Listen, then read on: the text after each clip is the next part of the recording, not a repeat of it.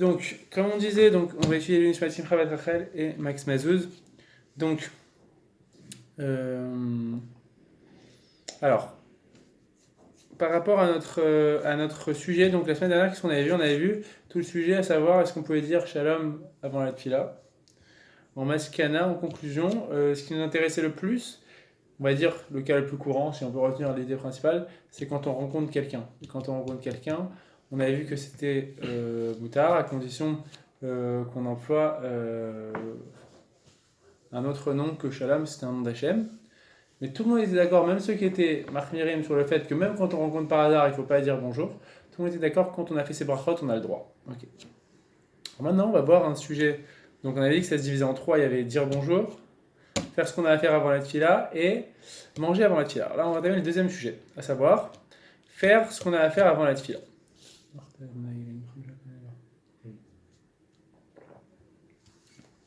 Alors, la première question qu'on a, c'est de savoir quel est à partir de quel moment en fait on aurait le droit peut-être de faire des choses avant la tfila. Je vais aller droit au but pour que vous compreniez, c'est-à-dire qu'on pourrait se dire par exemple si je fais mes brachot, eh ben, j'aurai le droit de faire tout ce que j'ai à faire avant la tfila.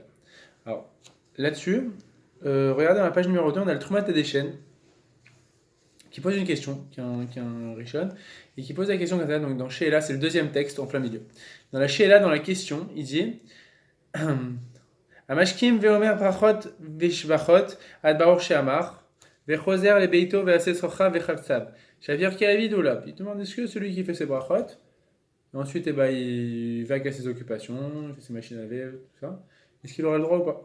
Réponse, il te dit tchouva, irait delo shavir kiavid. Il te dit a priori il ne faut pas faire ça. Pourquoi? Des garcinan pirouj perek aya kore, donc il ramène la gemara dans brachot. Assour les adam chez yaser revtsav kodem chez itpalel. La Gemara dit clairement, on avait vu là-bas, c'est interdit à un homme de faire ses besoins avant la tfila. Ok. Vestam tfila muskeret betalmud ou tfila shmona esre. Et on avait dit à l'époque, on avait dit alors qu'est-ce que ça veut dire tfila quand la Gemara a dit on n'a pas le droit de faire ses besoins avant la tfila. On a dit ça peut être les brachot peut-être. On avait dit il y a un klal, et c'est ce qui ramène ici, que quand on dans la Gemara on dit tfila, le mot tfila c'est toujours la hamida. Donc la Gemara dit clairement on n'a rien le droit de faire avant la hamida. Veimken lo yoil ma she'amar brachot itish brachot. Donc il dit c'est pour cela que ça l'aiderait en rien d'avoir fait ses brachot à la Sina et de revenir chez lui et faire. Ça sert à rien. Parce que la Gemara a dit tout celui qui a pas fait cette fila, il ne peut pas faire ses besoins.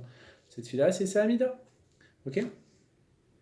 Des atfila, shmona esre shenigva ikar le avodat amakom baruchu. Parce que c'est l'essentiel quand on dit tfila, c'est la Amida. Vechamire tfe le kamamile afilo mikreat shema. Kpit talmud le exim ota le asiat reftab. Et il dit plus que ça, la Gemara, donc, elle interdirait même, elle serait pointilleuse même sur celui qui a déjà fait son schéma, elle interdirait de faire ses besoins tant qu'il n'a pas fait sa Amida. Ok. C'est comme ça qu'on voit de la Gemara. Pourquoi? La Gemara disait quoi? Kol anoten shalom lechavero, kodem sheit palel ki ilu asabama. La Gemara disait, tout celui qui dit bonjour à son ami avant la tfila, c'est comme s'il lui avait fait une bama. On avait dit, il lui avait offert un sacrifice. La Gemara là-bas, on l'a vu, cette Gemara, elle disait, mais Itive, la Gemara, elle objecte, elle dit Rav Shechet. Rav Shechet, il objecte, et il dit, ou ben aprakim shoel mipne akavod. La Gemara dit, mais pourtant, je comprends pas. On voit bien, Rav Shechet, il dit que la Gemara a dit que quand elle battait entre les paragraphes du Kriyat Shema, elle aurait le droit de répondre à une personne, de lui dire bonjour, entre les paragraphes du Kriyat Shema. Et la Gemara, elle disait quoi là-bas? Elle disait, Rabbi Abba, bemashkim les potro. La Gemara, elle disait, là-bas, de quoi on parle? On parle d'une personne. Tout l'interdit dont on parle, c'est-à-dire de ne pas dire bonjour avant la tfila, avant la hamida, c'est quand on va voir la personne, mashkim et potro. Ah, par contre, celui qui est entre les paragraphes du Kriyat Shema, mais il ne va pas de son plein gré dire bonjour, par exemple, il croise quelqu'un. Pourquoi on dit entre les prakim du Kriyat Shema, je pense? Pourquoi il ne dit pas celui qui est dans le schéma? Parce qu'a priori, on n'a rien le droit de faire pendant le schéma. On n'a rien le droit, même un clin d'œil, rien, la halakha est très dure là-dessus.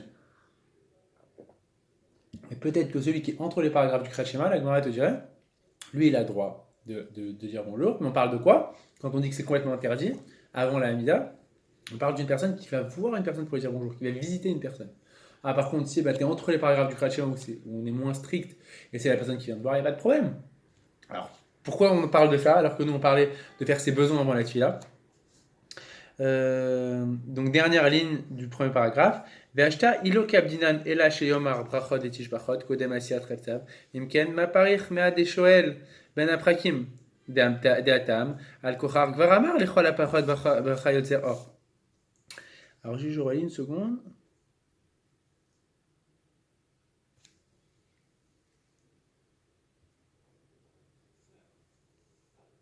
Donc là, de cette Gemara, qu'est-ce qu'on prouve, on te dit? Parce que la question de base, c'était quoi? C'était peut-être que les brachot, ça suffit pour faire ses besoins.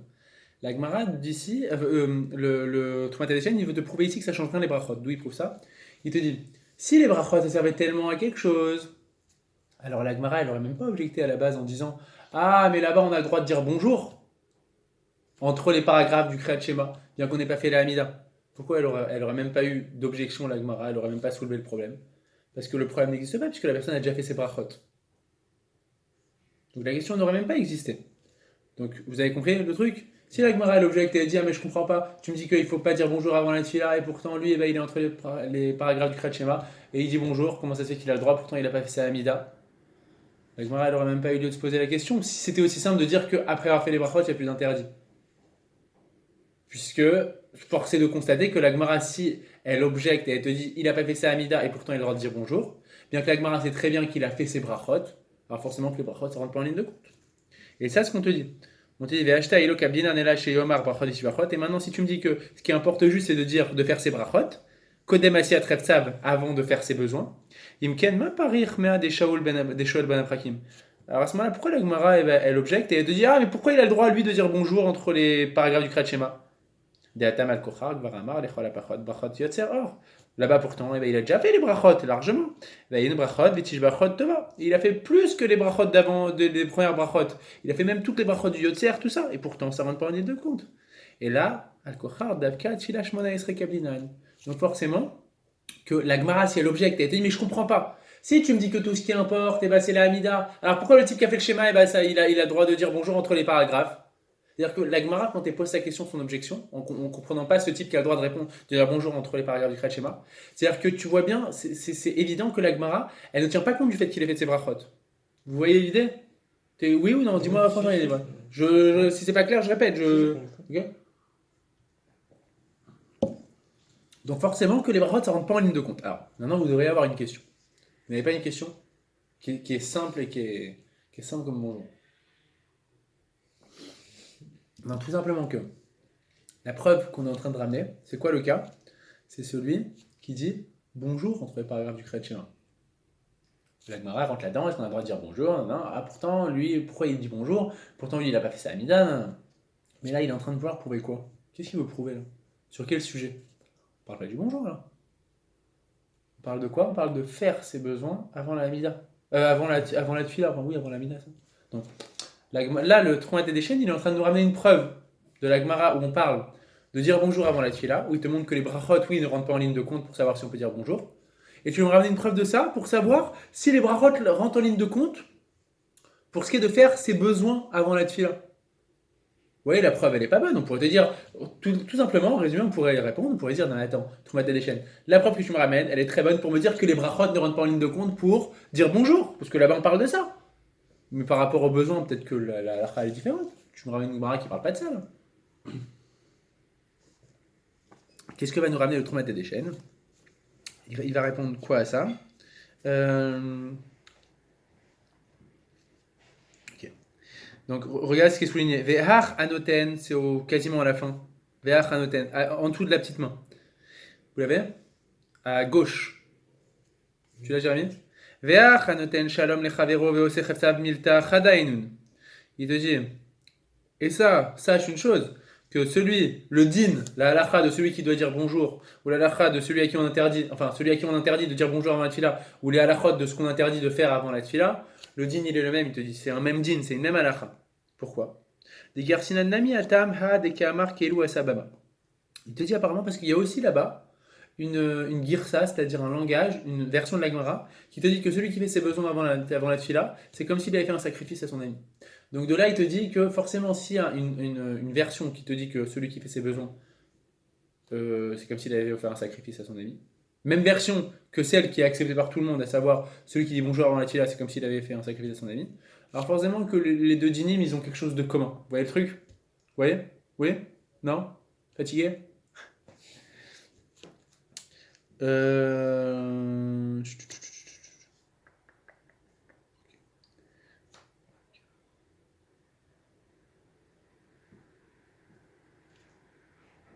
Ok.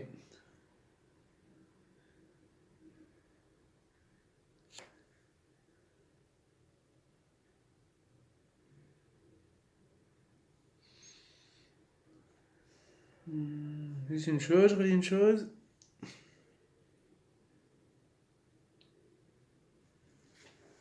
Ok, bon. Regardez maintenant ce qui est souligné avant la fin. Il te dit Omnam, Raiti Rabbi Mamedagdekim, Shayu Nimnim, la Lechet, Letzrechem Beshacharit, Ad Shayu Nachnasin Betrila le Betakneset, Veloma Bachot Itish Bachot. À la fin, il travaille, il te dit Mais tu sais quoi? Moi, j'ai eu beaucoup de gens très pointus au niveau de la halacha qui font les brachot à la Sinaï qui retournent chez eux faire leurs besoins. Et il termine par quoi? Ve'anire le agneau da'ati, les poumdina de Talmuda katati. Il dit moi, malgré tout, il semblerait juste que j'ai écrit ce qui ressortait de la Gemara et la logique en fait qui ressortait de la Gemara. Donc il te dit en gros, il termine en te disant quand même, moi je vois quand même beaucoup de gens qui sont très marmirim, pourtant ils font ça. Ils s'appuient sur ce dit.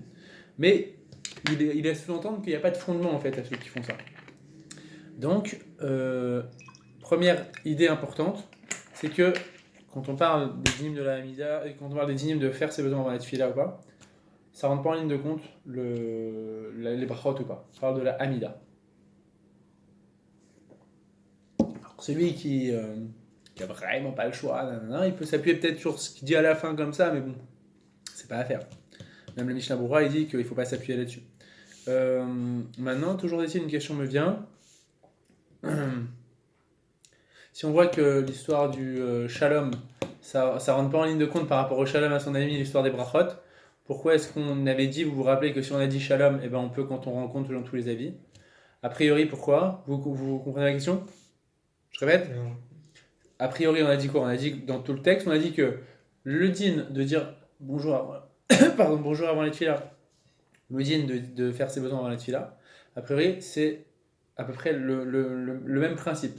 C'est-à-dire que de la même manière qu'on a prouvé qu'avant la tefila, on ne peut pas dire bonjour et ça ne change rien les brachot, alors aussi par rapport à celui qui veut faire ses besoins avant la tefila, ça ne change rien les brachot. Ils sont un peu... Là, ils sont liés. Maintenant, à ce moment-là, pourquoi est-ce qu'on avait dit, juste avant, enfin dans le cours d'avant, que avant la tefila, on peut dire bonjour si on a fait ses brachot, quand on croise quelqu'un? Vous vous souvenez de ça? Alors, a priori, c'est quoi la réponse? C'est que déjà, on avait dit que le fait de rencontrer quelqu'un, ça ne rentrait pas dans le cas dont parle la Gemara sur l'interdit de dire bonjour. Parce qu'on avait dit que le cas de la Gemara, c'est quand tu vas voir la personne. Donc déjà que tu le rencontres, c'est pas le cas de la Gemara. En plus de ça, tu emploies un autre lachon, on avait dit, un autre langage. Donc c'est sûr que si tu as fait tes brachot, là, il n'y a vraiment aucun problème, même selon les avis les plus stricts, à savoir celui du Rajba, qui disait que même quand tu rencontrais au hasard, tu ne devais pas dire bonjour. En tout cas, sans trop s'embrouiller, il ressort de là que les brachot, ça rentre pas en ligne de compte. Voilà. C'est ça qu'il faut retenir, et que quand on dit ne pas faire ses besoins avant la tefila, on va voir ce que c'est les besoins. On parle pas des besoins, ça porte à confusion dans les besoins, on parle pas à la toilette, hein. Mais on va voir c'est quoi les besoins, mais les brachot ne rentrent pas en ligne de compte. Alors, maintenant je vous invite, c'était le texte le plus long qu'on va faire, après c'est que des petits morceaux, vous allez voir. Je vous invite à prendre...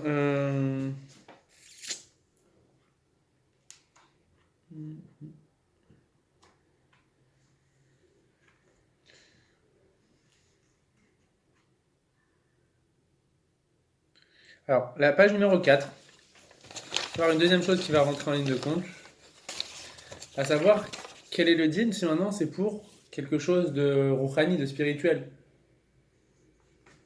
À savoir ce qu'on appelle tzorke shamaim. Qu'est-ce que c'est? Vous allez voir. Prenez la page numéro 4 en bas. La halacha aleph. Donc la halacha aleph, elle dit comme ça. Yeshkim beboker beyom shishi leachin tzorke shabbat. On te dit une personne, c'est une halacha. Et ben quand elle doit faire ses préparatifs de Shabbat, elle se lèvera de bonne heure le vendredi pour préparer son Shabbat.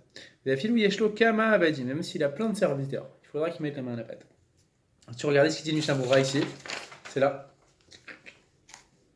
À droite, petit Aleph. Il dit Yashkim Baboker Verchoule. Dirtiv, d'où est-ce qu'on apprend ça qu'il faut se lever le matin et ça s'affairait au préparatif de Shabbat? Dirtiv, comme c'est marqué dans la Torah, par rapport à la manne, donc qui descendait du ciel quand les Béni Israël étaient en Égypte. Vaya bayom hashishi ve'echinu et asher yaviu. Et voici que le sixième jour, à savoir vendredi, voici qu'ils préparaient ce qu'Hachem leur avait envoyé, c'est-à-dire la manne. Vegomer, on apprend de là quoi? Achana dumia deaba. On apprend de là, comme les deux termes dans le pasouk, Vaya bayom hashishi, voici que le sixième jour, echinu et asher yaviu, ils ont préparé ce qu'on leur avait amené. Comme les deux termes préparer et amener sont juxtaposés dans le pasouk, alors la Gemara elle te dit qu'on apprend quelque chose de là. On apprend quoi? Que la préparation des mets de Shabbat, enfin en tout cas de la manne en Égypte, juste avant Shabbat, qui tombait avant Shabbat, devait être similaire à la manière dont ça avait été apporté. C'est-à-dire, ça veut dire quoi? Ve'aba taman alo aita le'altar baboker. Quand est-ce que ça tombait, la manne en Égypte? Toujours ça tombait le matin.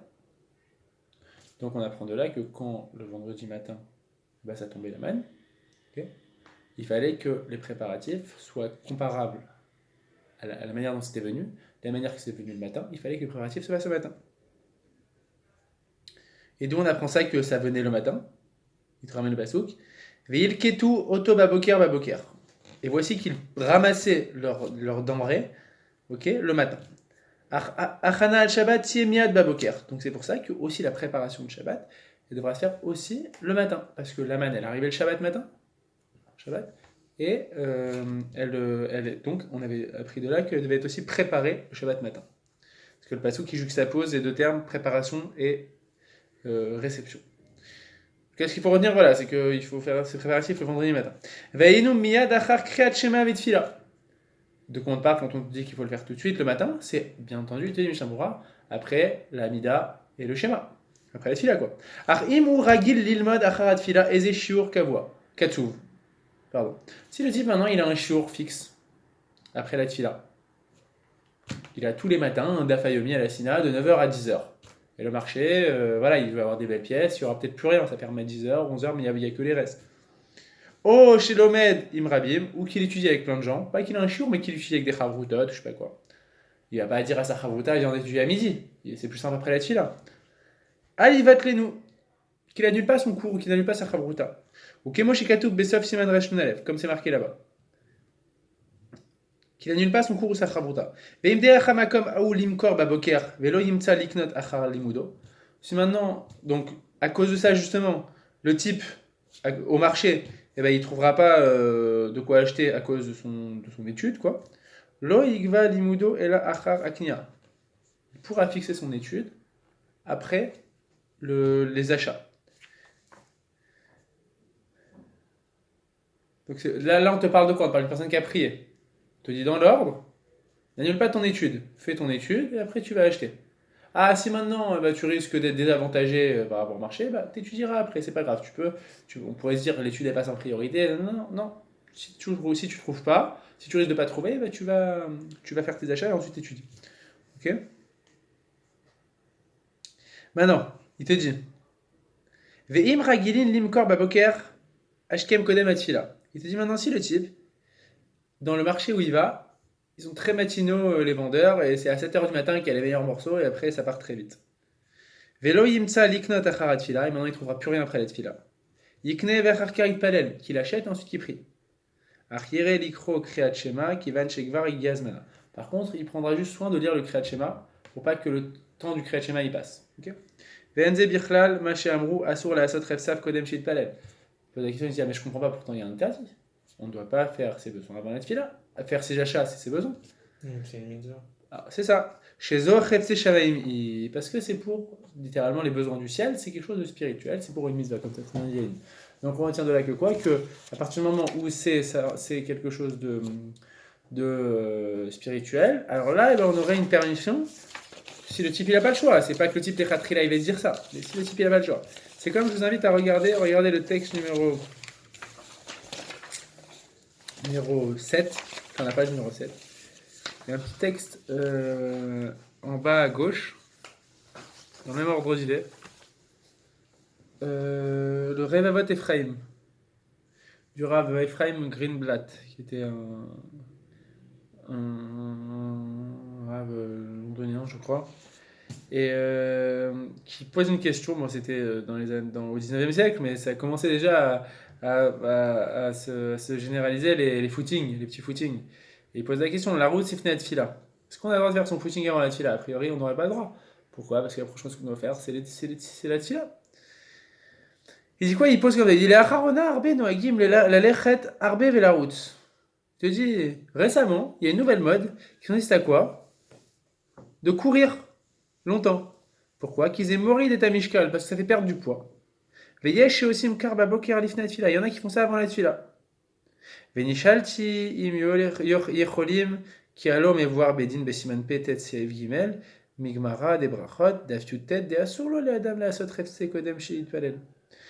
On va poser la question, est-ce qu'on a le droit avant la tfila de faire sport? C'est plus simple, le type se réveille, il est tout frais, s'il fait la tfila, après il va avoir faim, et ça, il veut le faire directement au réveil, il est tout frais. Est-ce qu'il aurait le droit de faire ça? A priori, il n'aurait pas le droit, il te dit. Pourquoi? Parce qu'il y a un interdit de faire ses besoins avant la tfila. Ve'aniti, et j'ai répondu, Ma sheraiti besefer aselech harav. Ce que je lis dans le livre Aselech harav.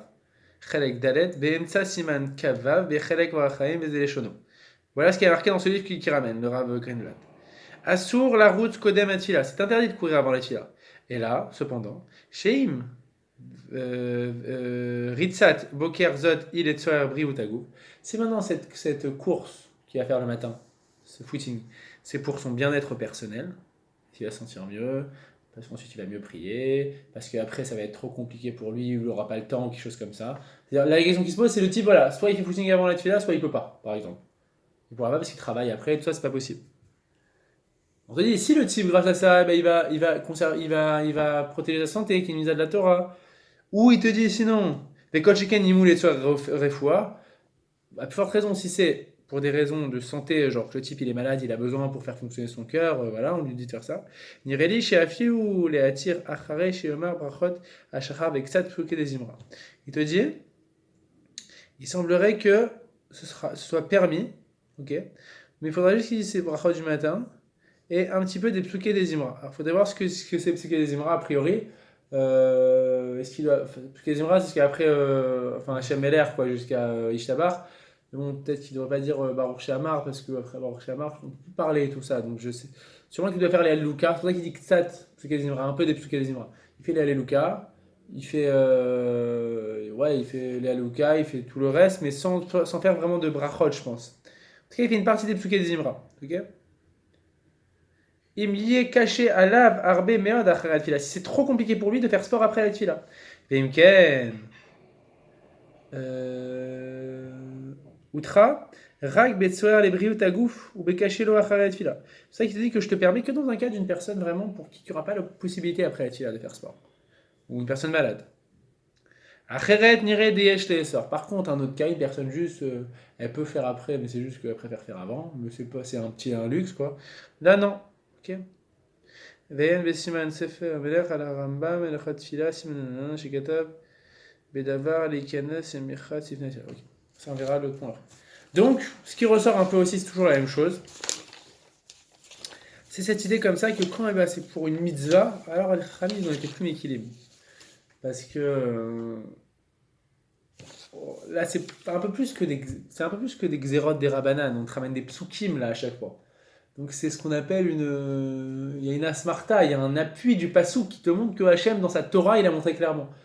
Les xérotes des Rabbanan, généralement c'est quoi? C'est Chachamim ils ont interdit de peur que. Mais bien sûr qu'il y a un fondement dans la xéra des Rabbanan. Elle a une importance primordiale.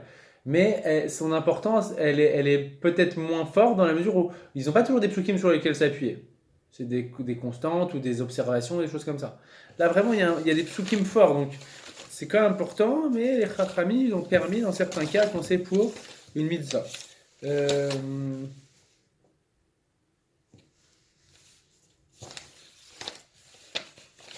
La page numéro 4, vous pouvez voir dans le numéro idée. Non, pas 4, alors ça doit être 5.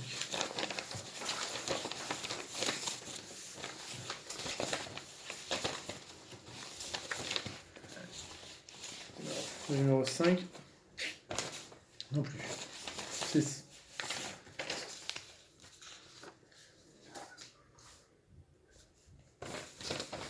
entre 7 ou 8. C'est la page numéro 8.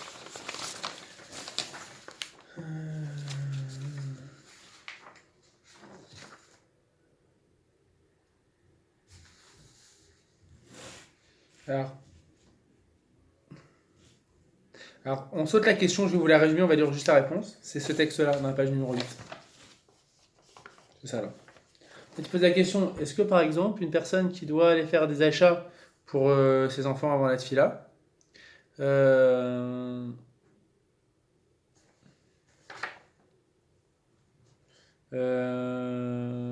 pour ses enfants par exemple, est-ce qu'il pourrait par exemple,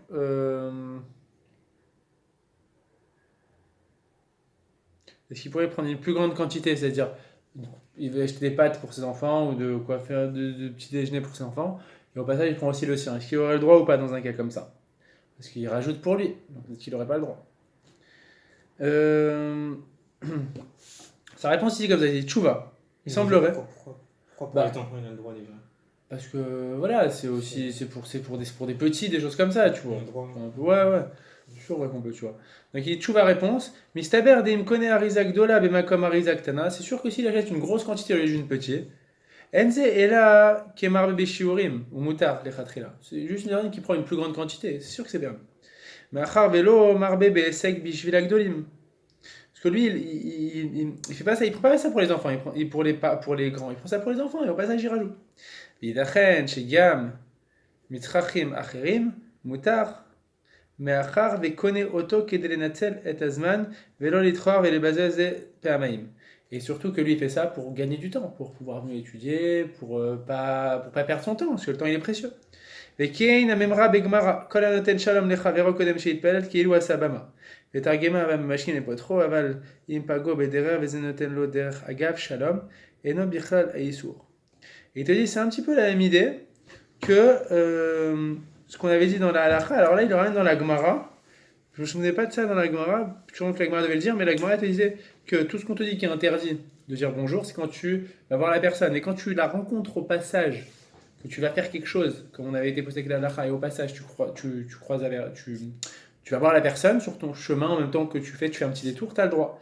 Là, c'est un peu la même idée. C'est que toi, l'essentiel, c'est pas que tu vas là-bas pour acheter pour les grands. Tu achètes pour les petits, au passage, tu rajoutes pour les grands. Ce serait permis. Ok. לכן יש לומר שגם הממרה הסמוכה שם, שאסור לעשות חפצת קודם שיתפלל, האיסור הוא במשקים למלאכתו. Là aussi, c'est la même idée. Tout ce qu'on interdit quand on va dire bonjour, c'est quand on va voir la personne. Ben là, c'est pareil. Tout ce qu'on t'interdit de faire tes besoins, c'est quand tu vas faire tes besoins pour toi. Tu fais passer toi avant Dieu. Et quand pour une raison permise, tu fais tes besoins, comme tu vas acheter pour ton enfant, après ça, tu peux te greffer à ça. ולא כאשר מזמנת לו יחד עם עסקים מותרים. Ok. Là-dessus, regardez ce qu'il rajoute, c'est intéressant. Là, le deuxième paragraphe, là, ici. Il te dit, לפעמים עדיף שהחלבן ימכור סחורה לפני התפילה. Il ramène comme ça une histoire. Il dit, מסופר על הגאון רבי שמואל סלנט. Il ramène au nom du Rab Shmuel Salant. Chez Khelban Shaloto Mata il Palel. Il y avait une histoire comme ça où il y avait un fermier qui pressait le lait de la vache. Et il a demandé au Rav Salant quand est-ce que je dois prier. C'est quoi sa question? Aïm difne chalukat achalav ou leachar mikad. Est-ce que je dois prier après avoir pris le lait chez la vache ou avant? Ve'ashmoa omeret chez Shivlo leit palel acharka. Qu'est-ce qu'il lui a répondu le Rav? C'est quoi? Prends le lait et après tu pries. C'est contradictoire, on ne doit pas faire ses besoins avant la tefila, surtout que c'est pour le travail. Vetam, venimuko imo. Il te dit, la raison, elle est la suivante, c'est quoi? Mutav shitechalek chalav vetitsapel et tefila, macher litpalel velitsapel techalek et chalav.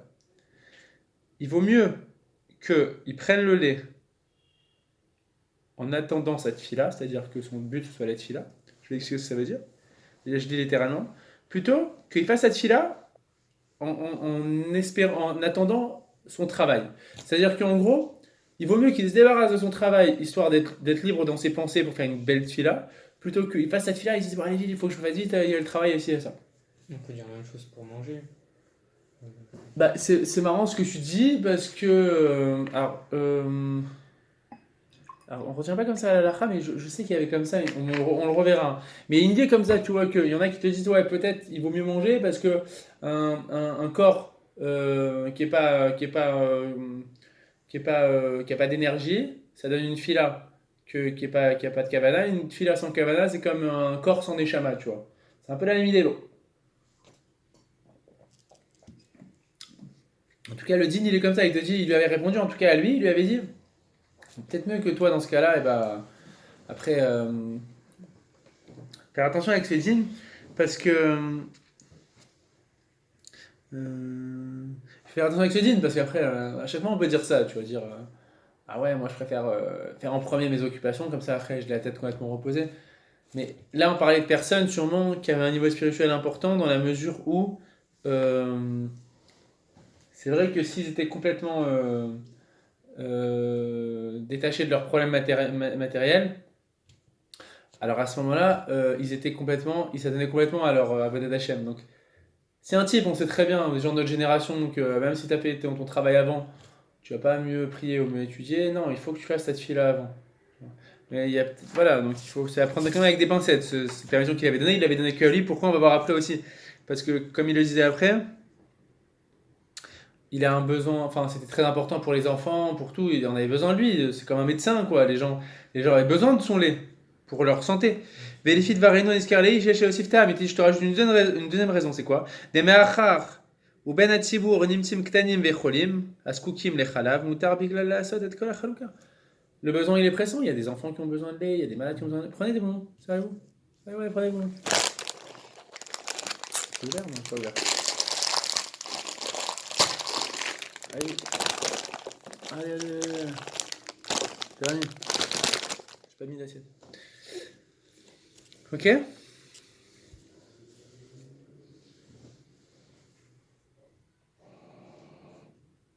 il te dit comme ça, il te dit Velema Asen Yire Shaeter chez le Rabbi Shmuel Salan, Zatzal, Banoui Al Anemra Bimsham. Bon, il te dit maintenant d'où est-ce qu'il puise ça, cette idée, le Rabbi Shmuel Salan?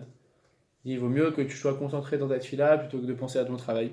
Il dit c'est dans Mishnah Bura. Il y a marqué quoi là-bas? Chez Kata Vezele Shono. Ou mi chez Shlo Avadim Ivrim.